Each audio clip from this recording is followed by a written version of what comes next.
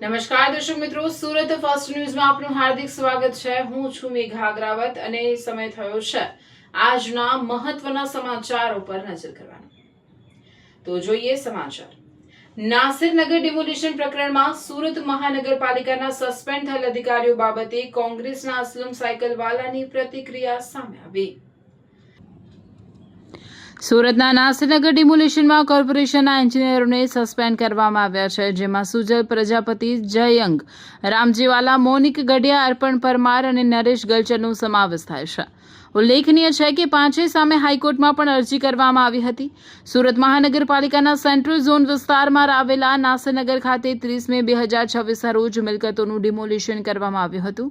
આ ડિમોલિશનની કામગીરી અંગે ઉભા થયેલા વિવાદ બાદ એક વિશેષ તપાસ સમિતિની નિમણૂક કરવામાં આવી હતી। આ તપાસ સમિતિએ રજૂ કરેલા અહેવાલને આધારે સુરત મહાનગરપાલિકા દ્વારા આ મામલે હવે વિવિધ રીતે ખાતાકીય તપાસ શરૂ કરવાનો નિર્ણય લેવામાં આવ્યો છે।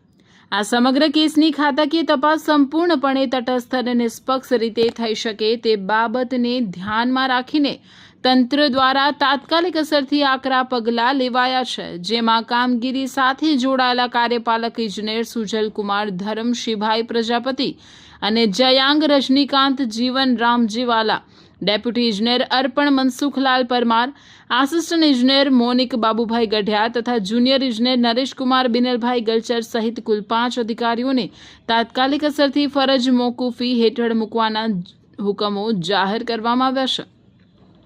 નાસિરનગર ડિમોલિશન પ્રકરણમાં કેન્દ્ર સ્થાને રહેલા સેન્ટ્રલ ઝોનના કાર્યપાલક એન્જિનિયર 8 જૂન સવારથી અચાનક એક સપ્તાહ માટે રજા પર ઉતરી ગયા હતા। માથા પર રૂમાલ બાંધીને ડિમોલિશન પ્રક્રિયા દરમિયાન ઘટના સ્થળે હાજર રહેલા જયાંગ જીવન રામજીવાલાએ વિવાદ વકરતા પોતાને બચાવવાના ભરપૂર પ્રયાસ કર્યા હતા। જો કે સોશિયલ મીડિયામાં ડિમોલિશન કામગીરી દરમિયાન તેમના વિડીયો વાયરલ થતા તેઓની હાલત કફોડી બની હતી। સુજલ પ્રજાપતિનો શું રોલ? શ્રીરામ એજન્સીને 3 પોકલેન, 2 જેસીબી, બ્રેકર, 60 માણસો લઈ આવવા સૂચના આપી। સુજલનો ઝોન નહીં હોવા છતાં સ્થળ પર પહોંચ્યા। જેમનો ઝોન હતો તેના જવાબદાર અધિકારીને ઉપરીનો મેસેજ બતાવી સાઇડલાઇન કર્યા। પોલીસની હાજરીમાં તોડવાની સૂચના સુજલ પ્રજાપતિએ આપી હતી। સુજલ જે વિભાગ સંભાળે છે તેના એક પણ અધિકારી સાથે ન હતા। સુરત નાસિરનગર ડિમોલિશન મામલે 29 જૂને હાઈકોર્ટે કડક વલણ અપનાવતા ફરી એકવાર સુરત પોલીસ કમિશનરની ઝાટકણી કાઢી હતી। કોર્ટે ગંભીર ટિપ્પણી કરતા કહ્યું કે પોલીસની હાજરી હોવા છતાં ત્યાં ક્રિમિનલ પ્રવૃત્તિ થઈ અને તંત્રે 16 દિવસ સુધી કોઈ પગલાં કેમ ન લીધા। આ સાથે જ હાઈકોર્ટે સવાલ ઉઠાવ્યો કે ડિમોલિશનની કામગીરીમાં ડીસીપી કક્ષાના અધિકારીઓ જાય। આ સમગ્ર વિવાદમાં હાઈકોર્ટે કાયદો અને વ્યવસ્થાની સ્થિતિ અંગે નારાજગી વ્યક્ત કરીને સંબંધિત બિલ્ડરને પણ નોટિસ ફટકારી છે। આ સમગ્ર મામલે આગળની સુનાવણી 2 જુલાઈના રોજ યોજાશે। કતારગામ વેડ રોડ પર આવેલા નાસિરનગરમાં સુરત મહાનગરપાલિકા દ્વારા કરવામાં આવેલી ડિમોલિશનની કડક કાર્યવાહી પાછળ માત્ર વહીવટી પ્રક્રિયા જ નહીં પરંતુ એક મોટું આર્થિક અને બિલ્ડર લોબીનું હિત છુપાયેલું હોવાની ચર્ચા છે।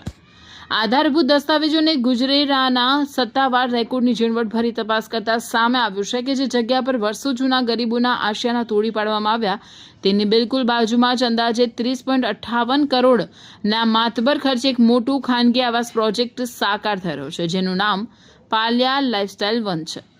આ ડિમોલિશન અને બાજુમાં બની રહેલા પ્રોજેક્ટના ટાઈમિંગને લઈને હવે સ્થાનિક સ્તરે અનેક ગંભીર સવાલો ઊભા થઈ રહ્યા છે। વેડ દરવાજા અને ચંદ્રશેખર આઝાદ બ્રિજની બિલકુલ નજીક વોર્ડ નંબર 7માં આવેલી આ કિંમતી જમીન પર ભાગીદારી પેઢી સેતુબંધ ઇન્ફ્રા દ્વારા 273 રેસિડેન્શિયલ યુનિટ્સ ધરાવતો એક મોટો બ્લોક બનાવવામાં આવી રહ્યો છે। આ પ્રોજેક્ટ સત્તાવાર રીતે 24 ડિસેમ્બર 2025ના રોજ શરૂ થયો છે। આ ઇન્વેસ્ટિગેશનમાં સૌથી ચોંકાવનારો ખુલાસો એ થયો કે આટલા મોટા પ્રોજેક્ટ માટે ડેવલપર્સ દ્વારા કોઈપણ બેંક પાસેથી લોન લેવામાં આવી નથી।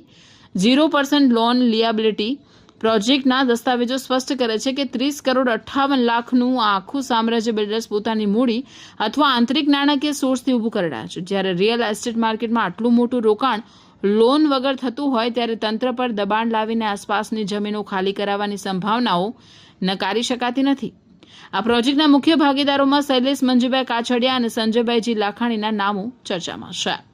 તારીખ 30/5/2026 અને 1/6/2026ના રોજ સાવ અન્યાય અને અત્યાચારથી નાસિરનગર વસાહતનું જે ડિમોલિશન સુરત મહાનગરપાલિકાના સોપારીબાજ અધિકારીઓ કરેલ, અમે ત્યારેથી શરૂઆતથી કહેતા હતા કે આ ડિમોલિશન શહેર વિકાસ માટે નથી, બહુજન હિતાય બહુજન સુખાય માટે નથી, પરંતુ બિલ્ડર હિતાય બિલ્ડર સુખાય માટેનું છે. અને આ સમગ્ર ડિમોલિશન માત્ર ને માત્ર બિલ્ડરના લાભાર્થે છે. એ બાબતની જે અમારી લડત હતી એમાં સુરત શહેરના તમામ મીડિયા મિત્રો જે સાથ સહકાર આપ્યો એ અમૂલ્ય સાથ સહકાર હતો, અવિસ્મરણીય સાથ સહકાર રહ્યો, કારણ કે સાથ સહકાર સત્ય અને માનવતાની લડાઈ માટેનો હતો. આ તબક્કે સૌ પ્રથમ હું તમામ મીડિયા મિત્રોનો હૃદયપૂર્વક આભાર માનું છું. આ સમગ્ર લડાઈ પ્રકરણ જ્યારે નામદાર ગુજરાત હાઈકોર્ટમાં ગયો, તપાસ કમિટીની તપાસ ચાલતી હતી ને આજ રોજ એટલે તારીખ 1 જુલાઈ 2026 રોજ ડિમોલિશનના છેક 32મા દિવસે તપાસ કમિટીના રિપોર્ટના આધારે મહાનગરપાલિકાના મ્યુનિસિપલ કમિશનર શ્રી દ્વારા જે સોપારીબાજ અધિકારીઓ હતા, સુજલ પ્રજાપતિ, જયંગ જીવન રામજીવાલા, અર્પણ પરમાર, મોનિક ગઢિયા અને નરેશ ગલચરને આજ રોજ પોતાની ફરજમાંથી ફરજ મુક્તિ એટલે સસ્પેન્ડ કરવામાં આવ્યા. એ બદલ હું નામદાર ગુજરાત હાઈકોર્ટનો હૃદયપૂર્વક આભાર માનું છું. ને તમામ અધિકારીઓને મારી એટલી જ અપીલ છે કે સુરત મહાનગરપાલિકાના જે અધિકારીઓ છે એને હર હંમેશા બહુજન હિતાય બહુજન સુખાય જે સૂત્ર છે એને સાર્થક કરવા માટે પોતાની ફરજ બજાવવી જોઈએ. કોઈ બિલ્ડર લાભાર્થે કે કોઈ રાજકીય પક્ષના આગેવાનના લાભાર્થે કે એના હાવભાવમાં આવીને એવી કોઈ કામગીરી ના કરતા કે પોતાની ફરજ ના બજાવતા કે ભવિષ્યમાં તમને પોતાની ફરજમાં વાંધો પડે અને આવી મુશ્કેલી વેઠવી પડે. આ 5 જણા જે સસ્પેન્ડ થયા એ મહાનગરપાલિકાના તમામ અધિકારીઓ માટે, કર્મચારીઓ માટે એક સબક જેવું છે. એમને આમના પરથી શીખી જવું જોઈએ, સમજી જવું જોઈએ કે તેણે બીપીએમસી એક પ્રમાણે જે નીતિ નિયમ જે કાયદા મુજબ કાર્યવાહી કરવાની થાય છે એ જ કરવાની થાય છે. કોઈ દેશ રાજકીય પ્રભાવમાં કે બિલ્ડરના પ્રભાવમાં આવીને એવી કામગીરી કરીને સમગ્ર મહાનગરપાલિકાના તંત્રની છબી જે ખરડાઈ સમગ્ર 1 મહિના કરતા વધારે સમયથી સમગ્ર દેશમાં, એના માટે મુખ્યત્વે જવાબદાર આ અધિકારીઓ હતા, કર્મચારીઓ હતા. આજે એક પડાવ પાસ થયો છે, સફળ રહ્યા છે, પરંતુ હજુ એક પડાવ, એક સફળતા બાકી છે, એ છે પોલીસ વિભાગની. અને એ પણ એસઓજીના ડીસીપી રાજદીપસિંહ નકુમ કે જેને આ સમગ્ર પ્રકરણમાં ડિમોલિશન સમયે જનરલ ડાયરની ભૂમિકા ભજવી હતી. હું પોલીસ તંત્રના ઉચ્ચ અધિકારીઓને પણ અપીલ કરું છું કે જેમ કોર્પોરેશનની તપાસ કમિટી નિમીને એના અધિકારીઓ સસ્પેન્ડ કર્યા છે, તેમ તમારી પણ નૈતિક ફરજ બને છે કે તમારા આવા સોપારીબાજ માફિયાગીરી કરનાર અધિકારીને બચાવવાનો પ્રયાસ ના કરતા અને એમની પણ જવાબદારી ફિક્સ કરીને એમને પણ એમની ફરજમાંથી સસ્પેન્ડ કરવું જોઈએ. આ અમારી માંગણી છે અને આ અમારી માંગણી સતત ચાલુ રહેશે. નામદાર હાઈકોર્ટ દ્વારા જે પણ ડિસિઝન આવે, જે કંઈ ચુકાદો આવશે, શિરોમાન્ય રહેશે. પરંતુ આ સડકની લડાઈ છે, રોડ પર લડવાની લડાઈ છે. ગાંધી ચિંધ્યા માર્ગે કોંગ્રેસ પર હંમેશા આ લડાઈ લડશે. આ સમગ્ર લડાઈની અંદર અમારા સુરત શહેર કોંગ્રેસના પ્રમુખ વિપુલભાઈ ઉત્નાવાલાના નેતૃત્વમાં સૌ કોંગ્રેસી મિત્રોને અમને જે સહકાર મળ્યો એ બદલ સૌ કોંગ્રેસીજનોનો પણ હૃદયપૂર્વક આભાર માનું છું. આભાર.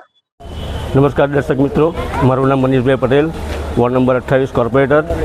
મારા વિસ્તારમાં આવેલી મુક્તિનગર સોસાયટીમાં એક જૂનું મકાન જર્જરિત હોવાથી આ મકાનની ગેલેરી સવારે તૂટી પડવાની જાણ મને થતાં આ વિસ્તારમાં હું તાત્કાલિક પહોંચી ગયો હતો.